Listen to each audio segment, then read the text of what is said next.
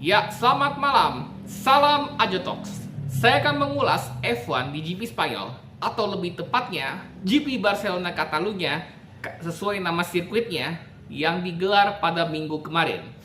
Dan pembalap ini telah berhasil membuka puasa kemenangan sejak terakhir kali ia lakukan pada 2024. Namun, kemenangan itu lewat jalur hibah karena teammate-nya didiskualifikasi saat itu. Begitu pula tahun kemarin, ia bergabung ke skuad Maranello. Kali ini ia berhasil mempersembahkan kemenangan perdananya, serta podiumnya full God Save the King karena 3 pembalap yang berdiri di atas podium merupakan pembalap Inggris. Sebelum kita ulas hasilnya, waktu nobar kemarin saya berhasil memenangkan topi McLaren ini lewat hadiah door prize. Dan langsung saja kita menuju hasil balapnya terlebih dahulu.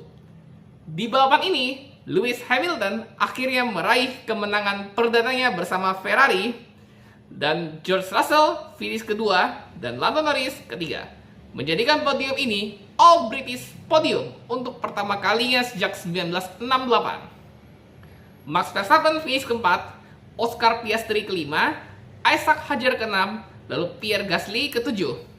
Peringkat 8 dan 9 merupakan duo tim Racing Bulls, yakni Liam Lawson dan Inggris. Di 10 besar ini kalau di istilah di HOK dapat quadra kill karena 4 pembalapnya masuk zona poin lewat Arvid Lindblad yang finish ke-9. Sementara Franco Colapinto melengkapi 10 besar. Ada 8 pembalap yang DNF, yakni Charles Leclerc, Kimi Antonelli, dan Oliver Bearman karena masalah hidrolik, kelistrikan, dan mesin. Tetapi ketiga pembalap ini terklasifikasi karena telah mencapai 90% race distance. Alex Albon karena tertinggal 11 lap, yang berarti dia tidak mencapai 90% race distance inilah, dia tak layak untuk diklasifikasi. Sehingga yang murni DNF yang belum mencapai jarak balap tersebut adalah Fernando Alonso, Nico Hülkenberg, Valtteri Bottas, dan Lance Stroll. Ini adalah double DNF untuk Aston Martin.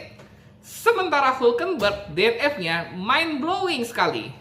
Mind-blowingnya di sini adalah ketika Liam Lawson di depannya melebar di turn 12 hingga ia masuk gravel, dan gravel yang terlempar dari mobilnya Liam Lawson itu dari mengenai safety button di samping mobilnya yang membuat kelistrikan mobil Audi yang dikendarai oleh Nico Hülkenberg ini terputus hingga harus DNF dalam balapan ini. Sekarang kita ulas jalannya balap. George Russell yang start dari pole mampu mempertahankan pimpinannya. Hamilton yang start di sebelahnya memberikan tekanan terhadap mantan rekannya di Mercedes. Di luar grid 5 besar, Isaac Hadjar yang start ke-6 alami start buruk hingga tercecer jadi peringkat 14. Pembalap Prancis itu butuh 9 lap untuk kembali ke 10 besar. Lalu pada lap ke-11, Lewis Hamilton yang start dengan ban soft menjadi pembalap papan atas pertama yang masuk pit untuk ban hard. Sementara George Russell yang start dengan ban medium langsung merespon di lap berikutnya. Saat stint pertama, 2 pembalap yang tersingkir adalah Lance Stroll dan Valtteri Bottas karena mereka mengalami masalah gearbox dan masalah mesin.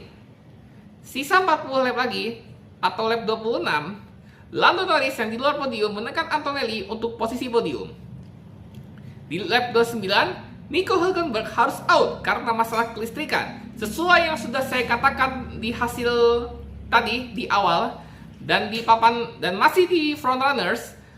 Di lap 29, Hamilton ganti ban medium.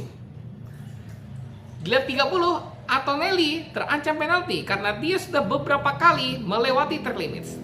Selama 8 lap, duo Mercedes saling battle hingga keduanya masuk pit secara bergantian. Karena kedua pembalap itu masuk pit, Hamilton berkat ganti ban ke medium di stint keduanya 9 lap sebelumnya langsung memimpin balapan ini. Berarti dia langsung overcut 2 Mercedes ini. 3 lap setelah pit stop Mercedes, Fernando Alonso membuat publik tuan rumah kecewa plus sedih karena out di balapan ini. virtual safety car langsung dikerahkan dan Hamilton langsung mengganti ban hard keduanya dan ia mempertahankan pimpinannya di depan George Russell. Belasan lap menjelang akhir, dua Mercedes kembali battle lagi untuk podium hingga lap 63. Di lap tersebut, Antonelli mogok. Mogoknya Antonelli membuat virtual safety car kembali dikerahkan.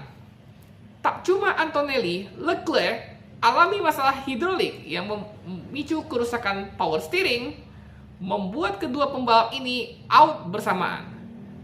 Yang membuat Ferrari dan Mercedes menyisakan satu pembalap yang keduanya sama-sama dari Inggris. Dengan demikian, Lewis Hamilton akhirnya meraih kemenangan perdananya bersama Ferrari. George Russell harus puas finish kedua dan Lando Norris melengkapi All British Podium di balapan ini. Dan itu saja ulasan F1 GP Barcelona Catalunya dari saya. Kemenangan Hamilton ini banyak sekali faktanya, mulai dari buka puasa setelah 2 tahun, baik itu Hamilton maupun tim itu sendiri. Hamilton terakhir menang di Belgia pada tahun 2024. Seperti yang saya katakan tadi, lewat hibah dari George Russell yang harus didis, sedangkan Ferrari terakhir menang di Mexico City pada tahun 2024 juga, yang mana Carlos Sainz jadi pembalap terakhir yang memenangkan balapan ini sebelum Lewis Hamilton. Hamilton juga mencatat kemenangan perdananya bersama Ferrari di sirkuit yang sama setelah Michael Schumacher 30 tahun lalu, dan ia merupakan pembalap ke-41 yang menang bersama skuad Maranello. Sementara itu, All British Podium sebelum ini sudah terjadi pada 1968 atau hampir 6 dekade di Watkins Glen yang diisi oleh Jackie Stewart, Graham Hill, dan John Surtees. Dengan DNF Antonelli, maka win streak Mercedes pecah setelah 6 balapan. Meski DNF, Antonelli masih memimpin klasemen 41 poin di depan Lewis Hamilton, dan Mercedes sudah 3 kali berturut-turut mewakili satu pembalap yang finish di podium. Dan sampai ketemu lagi di GP Austria pada tanggal 28 Juni nanti. Yang saya harapkan di GP Austria nanti ya, balapannya akan lebih seru lagi sih. Bisa saja nanti Lewis Hamilton atau Antonelli atau George Russell atau Leclerc yang akan memenangkan balapan ini. Kalau Leclerc menang lagi, maka Leclerc sudah menunggu 4 tahun untuk kembali menang di GP Austria. Dan Mercedes akan bisa saja menambah kemenangannya lagi setelah sebelumnya era Hamilton Bottas, dan terakhir kali Russell yang menang di tahun 2024. Atau Hamilton yang akan menang lagi setelah 2020. Tapi bersama Ferrari itu lagi. Kalau Hamilton menang lagi, maka Hamilton akan win streak di GP Austria. Itu aja dari saya. Thanks for watching.